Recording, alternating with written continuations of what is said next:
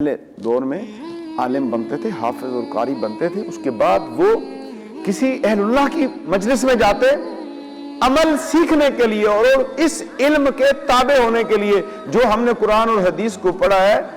وہ اس کو حاصل کریں۔ آج تو دنیا کی اغراض کے لیے لوگ جاتے ہیں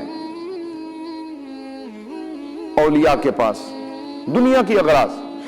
چلیں دنیا کی بھی غرض رکھ کے کسی ولی اللہ کے پاس چلے گئے، اس سے جا کے کوئی علم لے لیا، دین لے لیا تو بہتر ہے، لیکن طالب دنیا بن کے جاتے ہیں کہ پیر کے پاس جانا ہے اور دکان اپنی بہترین چلانی ہے، پیر کے پاس جانا ہے، کاروبار ہم نے اپنا بہترین لینا ہے۔ عقیدہ ہی غلط ہو گیا،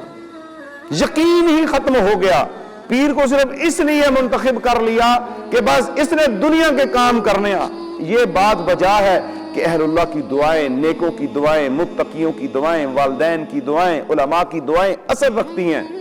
دعا کرانی چاہیے، جائز دعا کرنی چاہیے، کرانی چاہیے، لیکن یہ مقصد نہیں کہ آپ اللہ سے توکل کو اٹھا لیں، بھروسہ ختم کر دیں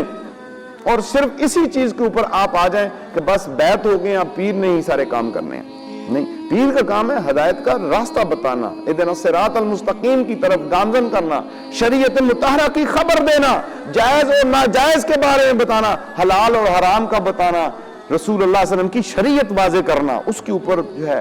ہم لوگوں کو بتانا کہ لوگوں اللہ کے محبوب کے بغیر تو کامیابی نہیں ہے، یہ مقصد ہے۔